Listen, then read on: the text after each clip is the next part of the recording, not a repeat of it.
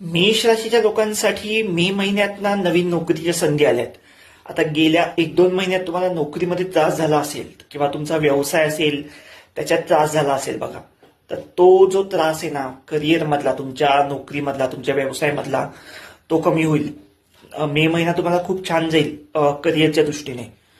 जर तुमची नोकरी गेली आणि तुम्ही नवीन नोकरी शोधताय तर तुम्हाला मे महिन्यात नोकरी मिळण्याची शक्यता आहे. आता मी ढोबळमानाने सांगतोय, कारण प्रत्येकाची कुंडली वेगळी, त्यातल्या ग्रहस्थिती वेगळी, त्यातलं ग्रहमान वेगळं, त्यातल्या दशा वेगळ्या. त्यामुळे प्रत्येकाच्या बाबतीत तंतोतंत जुळेलच असं नाही. तरी पण मी एक ढोबळमानाने सांगतो की तुमची मेष रास किंवा मेष लग्न असेल तर तुम्हाला मे महिन्यामध्ये नवीन नोकरीच्या संधी आहेत. व्यवसाय असेल तर व्यवसाय सुद्धा तुमचा मे महिन्यात चांगल्यापैकी चालू शकतो. आता मेष राशीमध्ये कुठली नक्षत्र येतात तर मेष राशीमध्ये अश्विनी, भरणी आणि कृत्तिका नक्षत्राचा पहिला चरण येतो. पुढचे 3 चरण वृषभ राशीत जातात. त्यामुळे तुमचं अश्विनी, भरणी आणि कृत्तिका नक्षत्र असेल तर तुमच्या तिघांसाठी मे महिना आर्थिकदृष्ट्या पण चांगला जाईल. विशेषतः समजा तुमचं भरणी आणि कृत्तिका नक्षत्र असेल तर विशेषतः आर्थिक लाभ संभवतात तुम्हाला.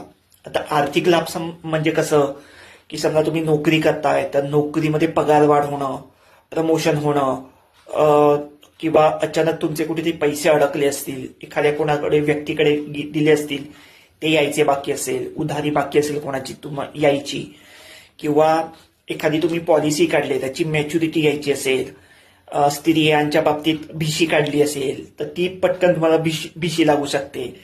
तर असे हे अनुभव तुम्हाला मेष रास किंवा मेष लग्न असेल तर तुम्हाला मे महिन्यात येऊ शकतात. तुम्हाला आता 12, 13, 14, 22, 23 ह्या ज्या तारखा आहेत या तारखांना थोडीशी आरोग्याची काळजी घ्यायची. आरोग्यासंबंधी काहीतरी तक्रारी संभवू शकतात. आता याच्यात घाबरून जायचं गरज नाही आहे. आपली नॉर्मल काही ताप येणं, सर्दी, खोकला असे आजार संभवतात. त्याच्यामुळे ह्या तारखा तुम्ही नोट करून ठेवा. या तारखांना तुम्हाला आजार पण येऊ शकतो.